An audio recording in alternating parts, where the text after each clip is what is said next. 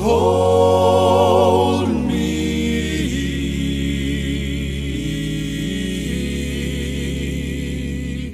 I've caught a glimpse of the heavenly land. Praise God, I am going home. Hello, this is Light's Dawn, and we're continuing with our study of the book of Revelation. Last week, we covered the first 2 verses of chapter 13, and today we're in the second part of our Bible study. Our focus last week was the comparison of the visions of Daniel and King Nebuchadnezzar with that of the Apostle John's end-time vision of the antichrist. In his vision, the prophet Daniel saw 4 beasts, and the Apostle John saw 1 beast with characteristics of the 4 beasts of Daniel. Daniel was most disturbed by the 4th beast, which he was unable to liken to any beast he knew. Ultimately, the fate of the 4 beasts is to be devoured by fire. Continuing with our study on Revelation chapter 13, let's read together from verse 1 up to verse 10. And I saw a beast rising out of the sea, with 10 horns and 7 heads, with 10 diadems upon its horns, and a blasphemous name upon its heads. And the beast that I saw was like a leopard. Its feet were like a bear's, and its mouth was like a lion's mouth. And to it the dragon gave his power, and his throne, and great authority.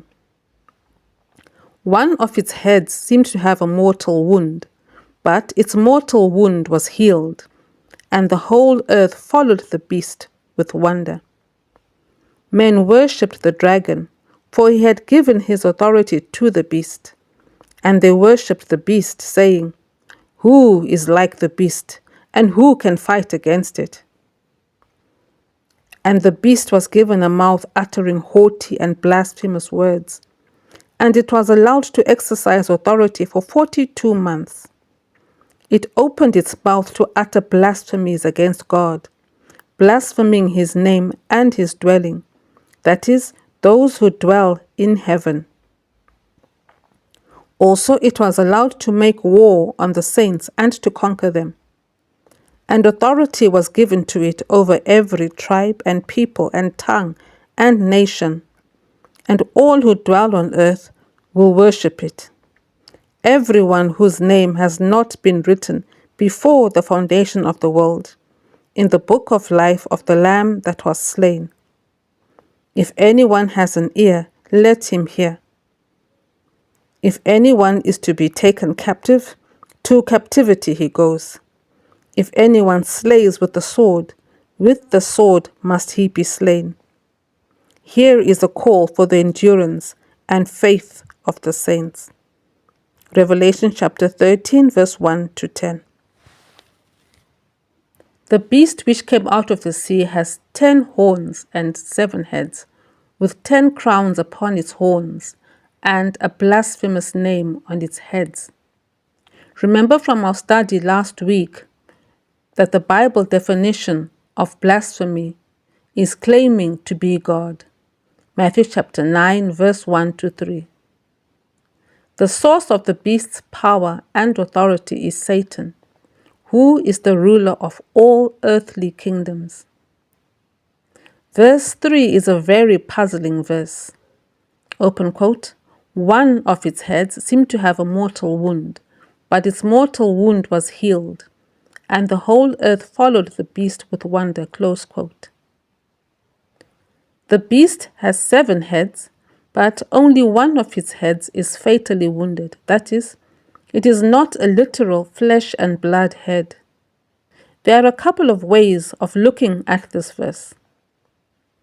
Number 1, the total number of the heads of the 4 beasts of Daniel is 7, 1 each for beasts 1, 2, and 4, which makes 3, plus the 4 heads of the third beast, totaling 7 heads. If one of the beast's 7 heads is wounded, does it mean that one of the heads of Daniel's original vision is wounded? If the heads emanate from Daniel's vision? Daniel tells us in the 12th verse of chapter 7 that although the dominion of the first 3 beasts was taken away, their lives were prolonged for a season and a time. Simply put, this verse means that although the kingdoms of the first 3 beasts are no longer in existence, their influence was prolonged for an unspecified period of time. But which of these heads is mortally wounded is unclear. Secondly, a head is a symbol of authority. For example, a headmaster, head of department, etc. Thus, a head can have authority without a crown, that is, without a kingdom. But a crown or a kingdom, as a general rule, has a head or a ruler. In my opinion, it's a head of authority, not a literal head that is wounded or loses its authority. But that authority is regained by the beast against all the odds. And this is what causes the whole earth to follow the beast with wonder. I believe that this head of authority has to do with false religion, because verse 4, the verse immediately following the account of the wounded head, speaks of worshipping the dragon. Further, the beast's sidekick is a false prophet, that is, a religious figure promoting a false religion. The beast does not seem to have any other accomplice. The sea beast has 10 horns, 7 heads, and 10 crowns placed on its horns, not its heads. A bit strange, because you would think that a crown would sit on a head and not on a horn. In the description of the red dragon, Satan, even he is described as having 7 crowns on its 7 heads. But what do horns symbolize? They symbolize power and strength. In nature, during territorial battles, the animal with the greater strength, or the bigger horns, is able to displace the previous occupier of territory. It's interesting that the stronger nations of the world refer to themselves as powers. World powers dominate nations that are smaller economically or militarily, either as individual nations or collectively through organizations such as the UN and its institutions such as the European Union, the World Health Organization, etc. Current world events indicate to us very strongly that those who sit as presidents of different countries are not the ones who are actually in control. They are only proxies, and the real authority is held by those who are working behind the scenes, pulling the strings. Hence, it's my belief that the sea beast or antichrist is a system of world domination leading up to a time when there'll be a single individual in charge, fitting the many descriptions the Bible gives of him. And we'll just go through a few of these. Let's first take a look at what Christ has said. In Matthew 24, verse 4 to 5, and Mark chapter 13, verse 22, he has told us that the Antichrist will try to deceive people by claiming to be the Messiah or Christ. Paul makes a similar prediction in his second letter to the Thessalonians, chapter 2, verse 4, when he describes events that will take place immediately before the second coming of Christ.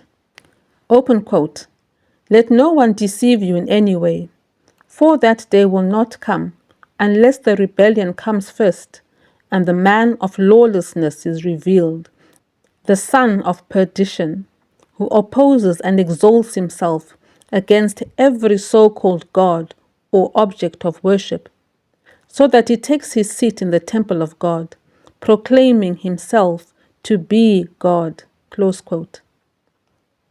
A person who is lawless is someone who rebels against God, against God's word, and against his will. A man of perdition is a man who is destined for eternal destruction. Previous attempts by world rulers to desecrate the Holy of Holies in the temple led to disastrous consequences for them. In 167 BC, Antiochus Epiphanes erected a statue of Zeus in the Holy of Holies and sacrificed a pig on the altar of incense. This resulted in a 3-year revolt against him that succeeded in overthrowing him. The Roman Emperor Caligula sent orders to have a statue of his likeness erected in the Holy of Holies, an order which the Roman general in Jerusalem refused to carry out. Caligula then ordered the death of the general, but the emperor died before the order could be carried out. The prophet Daniel says something very similar to Paul, but he adds a phrase that gives away the identity of this man in Daniel chapter 11, verse 37. Open quote, "He shall give no heed to the gods of his fathers." Close quote. There is no other religion that claims their God as the God of their fathers, meaning the patriarchs Abraham, Isaac, and Jacob. For example, in Exodus chapter 3, verse 6, when God appears to Moses, he introduces himself as the God of our father, the God of Abraham, the God of Isaac, and the God of Jacob. In all, there are 42 verses in the Bible using that or a similar expression. The second part of Daniel chapter 11, verse 37, continues in his description of the Antichrist, stating that he gives no regard to the one beloved by women, which Bible scholars interpret the Antichrist figure as being a homosexual. The desire of women is for their husbands. Genesis chapter 3, verse 16. The Apostle John looks at the Antichrist from a different perspective. He describes the Antichrist as 1. A liar, 1 John 2:22, 2. A deceiver, 2 John 1 verse 7, 3. One who does not confess Jesus, 1 John 4 verse 3. In other words, a person who denies that Jesus is the Christ or Messiah, 1 John 2:22. Fourthly, the beast on whom the woman sits, or the beast that ascends from the bottomless pit, Revelation chapter 11 verse 7 and chapter 17. There are a few verses that describe the character of the coming world leader called the Antichrist, apart from the verses in the book of Daniel that we have already looked at in the previous lesson. The late Bible teacher Chuck Missler had his own take on it. In his studies on the end times, he came to the conclusion that the Antichrist fits the description of an individual called the Assyrian in Isaiah chapter 10 verse 12 and Ezekiel 31 verse 3. Isaiah 36 verse 1 to 22 gives the account of the siege of Jerusalem by the Assyrian king Sennacherib, who boasted of his great accomplishments to King Hezekiah of Judah and blasphemed the God of Israel. The siege ultimately failed and the city of Jerusalem was delivered out of his hand. Sennacherib was killed soon after his return to Nineveh by his son. A reference to the Assyrian in the Bible describes a haughty and blasphemous character who shows no fear of God. As with Antiochus Epiphanes and Emperor Caligula, the Assyrian king suffered the consequences of his haughty and blasphemous nature. But Revelation chapter 13 verse 5 tells us that God allows the beast 42 months to blaspheme the name of God. Those of us who live in these times are very fortunate to be able to look back and see how prophecy has unfolded over the millennia. The Roman Catholic Church has received a lot of bad press and often been called the antichrist, but the beast described in chapter 13 of the book of Revelation is not the Catholic Church. The word antichrist does mean someone who is against Christ, but more than that, the word antichrist means someone who stands in the place of Christ or pretends to be Christ. Now, if you can indulge me a little and allow me to give you my own viewpoint. As I stated before, the beast that emerged from the sea is a little strange as it has crowns on its horns rather than on its heads. This suggests that something very different from what has happened in past kingdoms, or different from what we have become accustomed to, is taking place among the current world leadership. Although we will discuss in greater detail in future lessons, we find that the leadership structure in the upper echelons of society evolved from the off with his head type of authority of the kingdoms of Assyria, Babylon, and Persia to the democracies of ancient Greece and Rome, and in the last few hundred years to parliamentary democracies led by presidents. However, a number of factors have come into play that have brought about this shift in the balance of power. The first was a rise of the papacy to a religious power in the 15th century. Religion has always played a big part in the decisions of ancient rulers, as prophets, sorcerers, witches, etc., had an advisory role in the councils of ancient kings. Rulers always consulted the higher powers before making major decisions. Oracles of local deities were also used to manipulate the population, keeping them wrapped up in fear and superstition. But with the transcendence of the papacy to the head of a nation and able to wage its own wars, a brand new dimension came into the equation. The intervention of successive popes in the affairs of Europe allowed Portugal and Spain to become extremely wealthy empires, holding sway over more than half of the world's known territories in the Americas, the Asia-Pacific region, and Africa. Crucially, wherever the ships of Portugal and Spain went, so did a contingent of Catholic priests and missionaries. We'll talk about this in future lessons when we talk about the woman who rides the beast, Revelation chapter 17. The second factor was the emergence of the banking sector in Europe, undertaken first by Jews and the Knights Templar from the 12th century. Jews engaged in banking because of exclusion from most professions and the restrictions imposed by Christendom on lending at interest. The 15th century Renaissance saw the creation of commercial and state banks, the oldest of which are the BMPS of Italy, which has been in continuous operation since 1472, and the Berenberg Bank of Germany, established in 1590 and still going. Financing by bankers and informal lenders made possible the third development, which is the formation of corporations. The first corporations were formed in France and Sweden in the 1300s, but the forerunner of modern multinational corporations was the Dutch East India Company, formed in 1602 with the assistance of the state.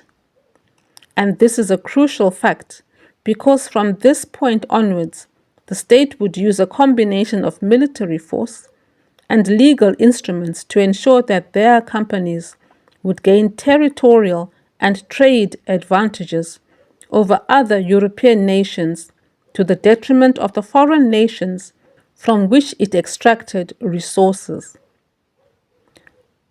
So successful were the Dutch merchants that by 1620, Half of all European ships were Dutch. The Dutch model was soon replicated by the English, French, Danish, and Swedish East India companies. The fourth transformative factor of modern society was the establishment of an assortment of civic organizations involved in issues as diverse as voting rights, minority rights, and workers' rights to the protection of animals. These organizations initially had as their aim the improvement in the circumstances of ordinary people and the conservation of nature.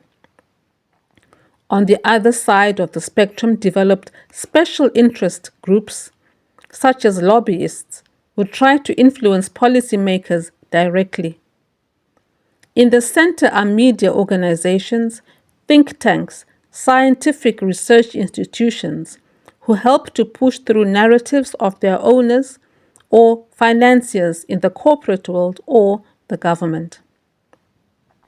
These various aims of society have as their aim protection of their own interests and influence on public opinion and legislative bodies.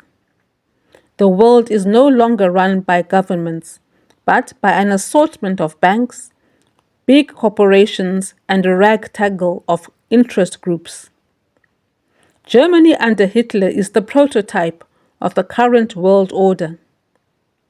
Germany under Hitler had a fundamental doctrine or religion that it adhered to, that is, Aryanism and racial purity, propagated by the Ministry of Propaganda and enforced by the military.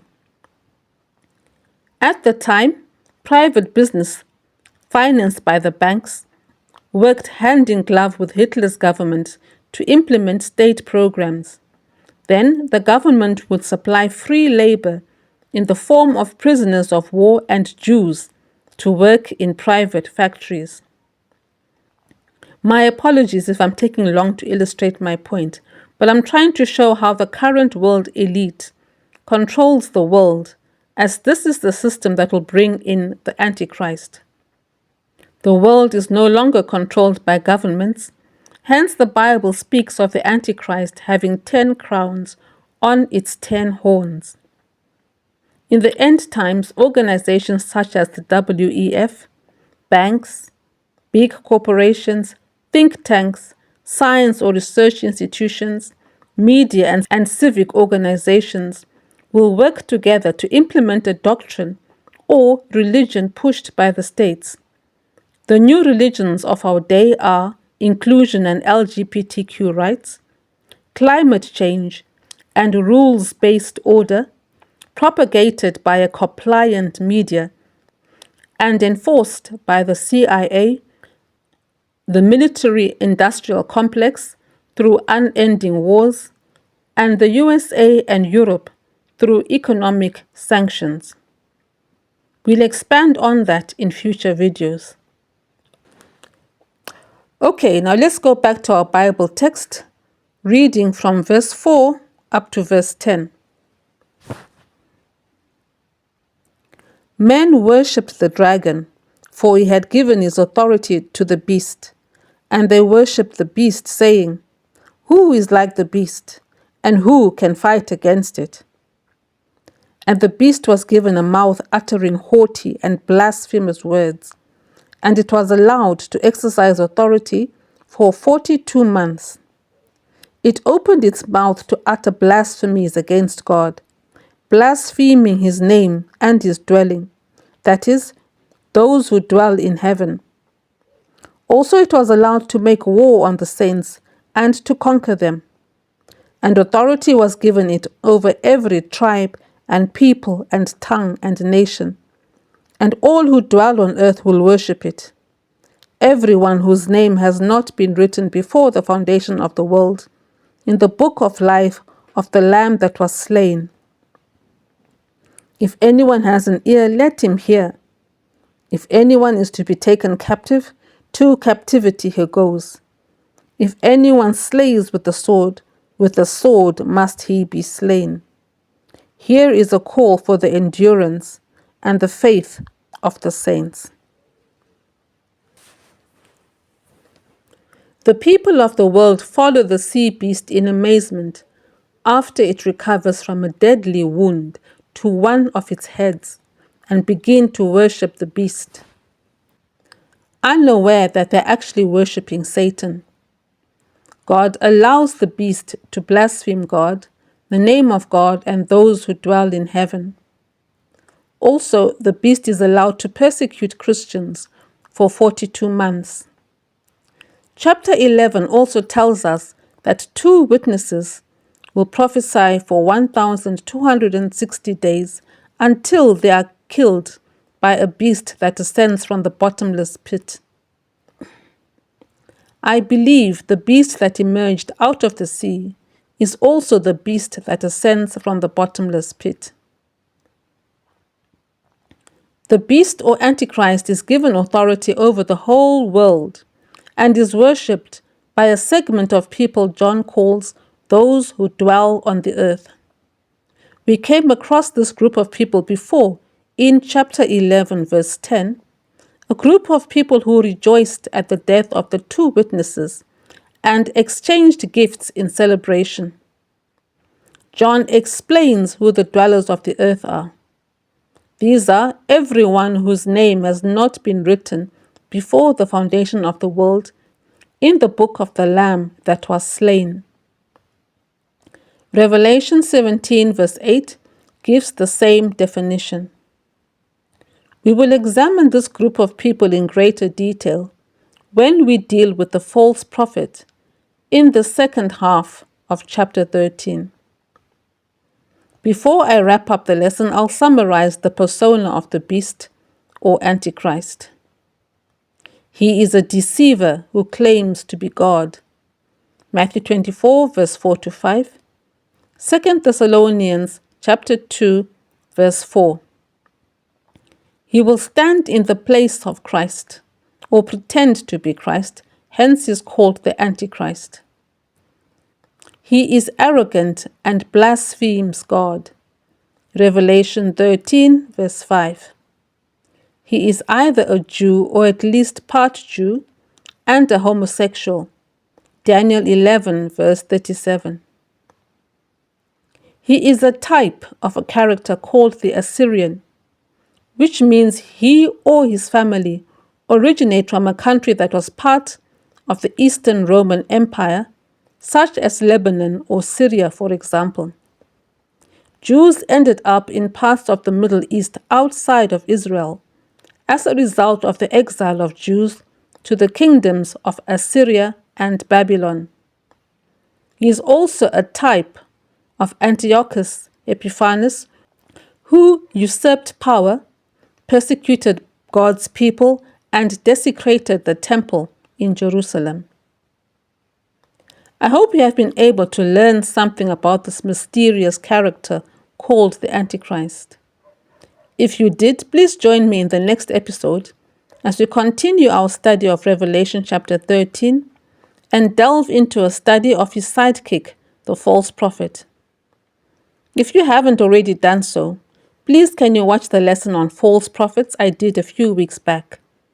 The link is in the description below. Thanks for watching. Please like, share, and subscribe to my channel. God bless you. Bye.